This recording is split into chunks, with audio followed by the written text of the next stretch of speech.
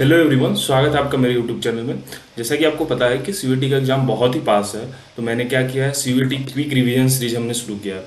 CUET quick revision series में हम क्या करेंगे, 15 से 20 मिनट का वीडियो होगा। सिर्फ 15 से 20 मिनट का हम सिर्फ वीडियो बनाएंगे और उसमें एक हम कोई भी टॉपिक समझाने की कोशिश करेंगे। तो उसी क्रम में हमारा टॉपिक आज का क्या है, प्रॉब्लम ऑन एज। इस पे बहुत क्वेश्चंस आते हैं और बहुत लोगों का डिमांड भी था कि सर प्रॉब्लम ऑन एज पे भी वीडियो बनाओ, तो मैंने प्रॉब्लम ऑन एज पे वीडियो बनाया है। हम इसमें क्या करेंगे कि पहले कॉन्सेप्ट को समझेंगे और सिर्फ 5 क्वेश्चंस प्रैक्टिस करेंगे। अगर आप कहोगे तो बाकी क्वेश्चंस मैं ग्रुप में भेज दूंगा, आप खुद से प्रैक्टिस करो, और अगर कोई प्रॉब्लम होगा तो आप मुझे बताना, मैं उसके बारे में वीडियो बना दूंगा या वहीं वहीं पे आपको सॉल्व कर दूंगा। ठीक है, तो चलिए क्लास को शुरू करते हैं। तो पहले इंट्रोडक्शन पार्ट देखते हैं। इंट्रोडक्शन पार्ट क्या कहता है, if the current age is x, then n times the age is n x. मतलब मान लो अगर किसी का एज एक्स है और उससे पूछ रहा है कि एन टाइम्स हो जाता है कुछ सालों बाद, तो एन टाइम्स, तो उसको हम गुना कर देंगे एक्स में। ठीक है, if the current age is x then age n years later. मतलब क्या कहता है कि अभी का जो एज है वो एक्स है, लेकिन एक्स मतलब एन साल बाद, मतलब कोई भी नंबर 2 साल बाद, तो प्लस 2 कर देंगे यहाँ पे, इसलिए एन साल बाद मतलब एक्स प्लस एन। थर्ड क्या कहता है, if the current age is x then age n year ago. Ago मतलब पास्ट में चलना है, समझ में आ रहा है।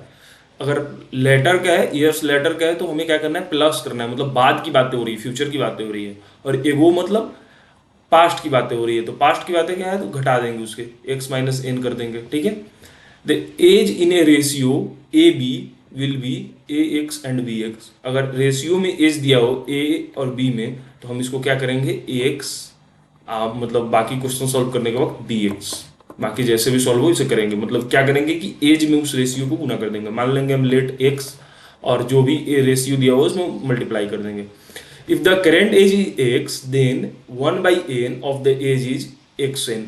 मतलब मान लो अगर किसी का करंट एज एक्स दिया हुआ है और कह रहा है कि 1/n से मल्टीप्लाई हो जाता है या कुछ भी ऐसा क्वेश्चन में दिया हुआ है, तो एक्स एन मतलब उसको मल्टीप्लाई कर देंगे दोनों नंबर को, तो जो भी आएगा वो एक्स एन हो जाएगा।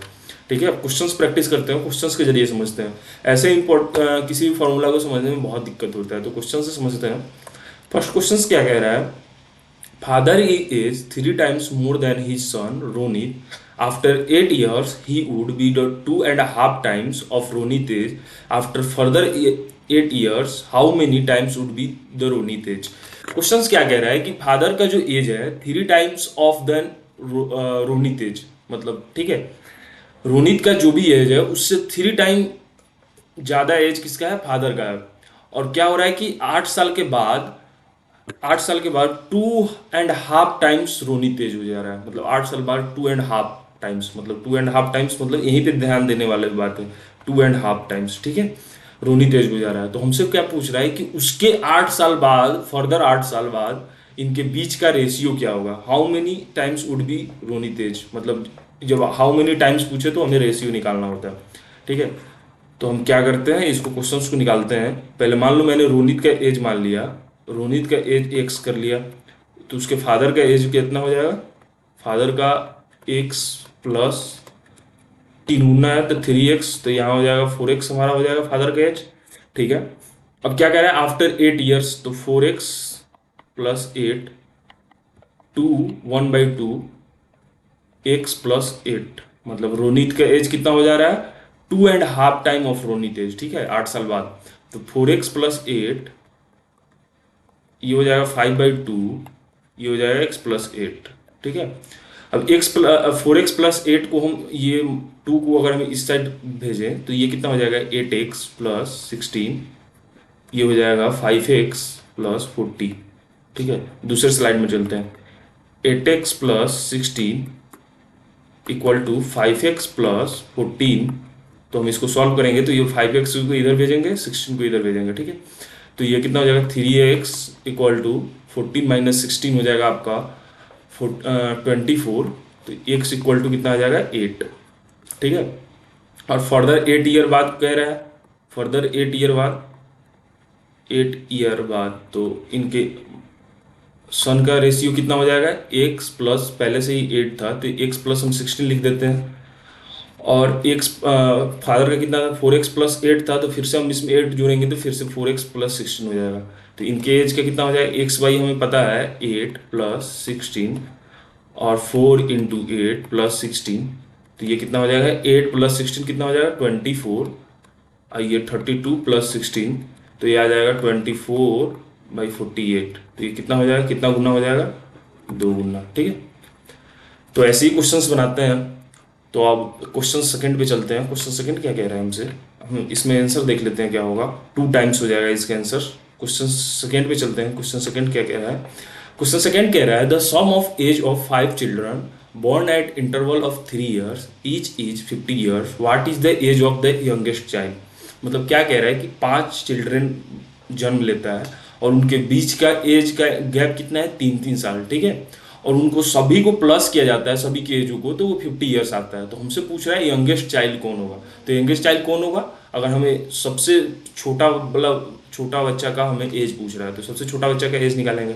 पहले हम पांचों चिल्ड्रन का एज मान लेते हैं। मान लो फर्स्ट का एक्स मान लिया, सेकेंड का मान लिया x+3, थर्ड का मान लिया x+6 क्योंकि 3 ईयर का गैप है, x+9, फिर x+12।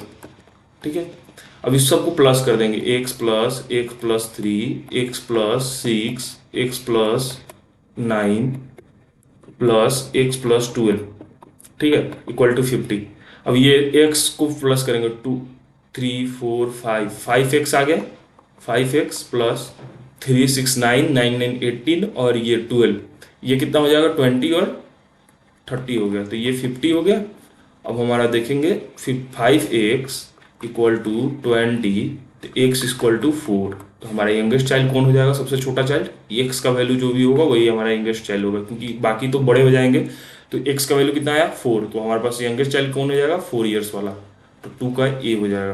क्वेश्चन 3 पे चलते हैं। क्वेश्चन 3 क्या कहता है, a father said to his son, मतलब एक पिता है जो अपने बेटा से बताता है कि I was as old as you are at the present at the time of your birth.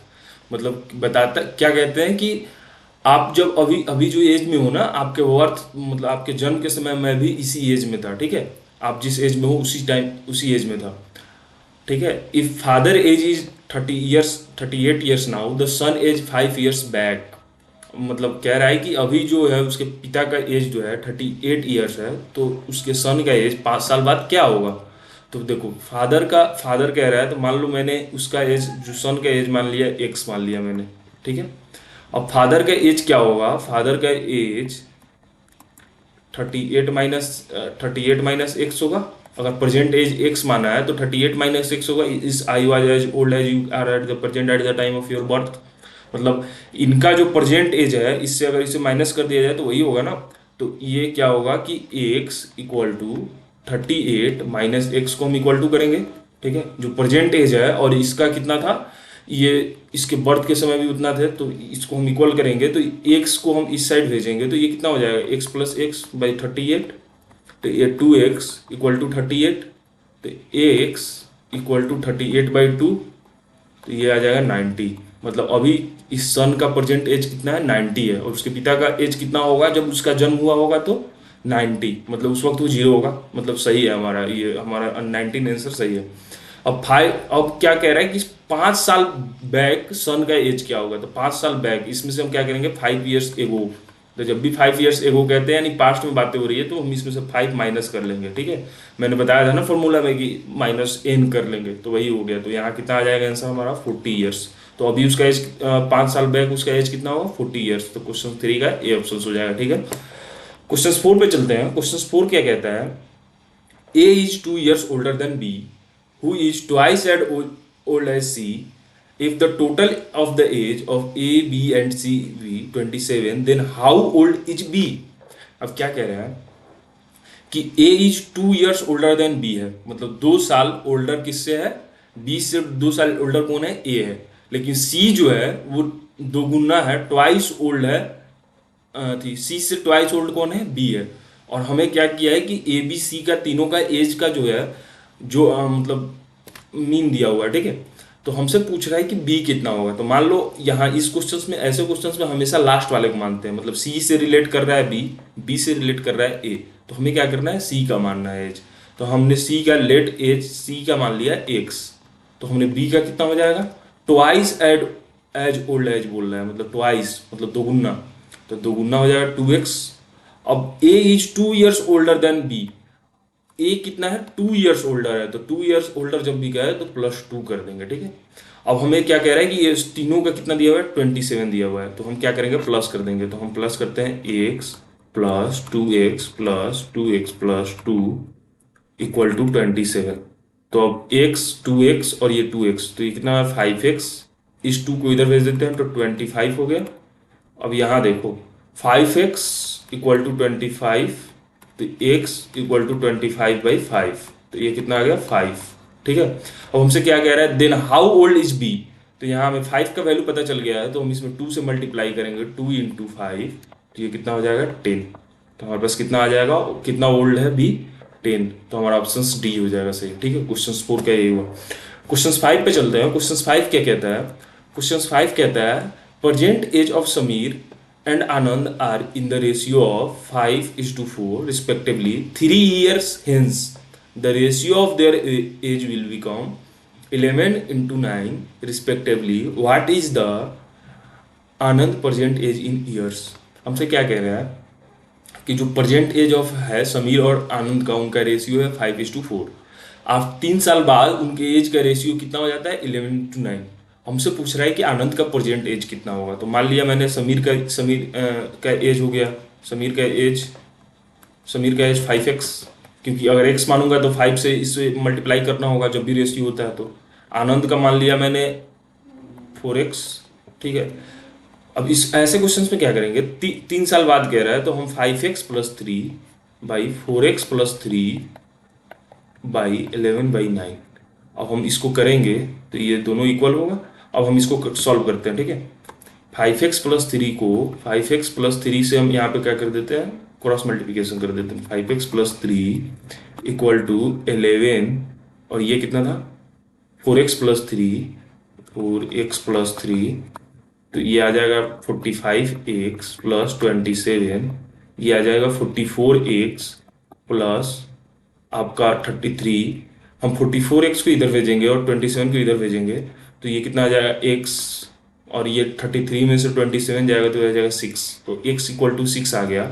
और हमसे पूछ क्या रहा था कि आनंद का परसेंटेज कितना होगा, तो ये हमारा 4x दिया हुआ है, तो 4 × 6, तो ये कितना आ जाएगा 24, तो आनंद का एज कितना हो जाएगा 24। तो क्वेश्चन 5 का ऑप्शन ए सही हो जाएगा। तो ऐसे ही 5 क्वेश्चंस मैं कराऊंगा किसी भी एक टॉपिक का, बाकी और भी वीडियो, मतलब सभी टॉपिक आपके कवर हो जाएंगे। मैं मतलब लगभग जितने भी इंपॉर्टेंट टॉपिक है सबको मैं कवर कर दूंगा, लगभग 10-15 टॉपिक है, 20 टॉपिक, सबको मैं कवर करूंगा ये क्विक रिवीजन सीरीज में। अगर आपको वीडियो पसंद आ रहा हो तो लाइक करें, शेयर करें, कमेंट करें, ठीक है, और सब्सक्राइब करें, ठीक है। धन्यवाद।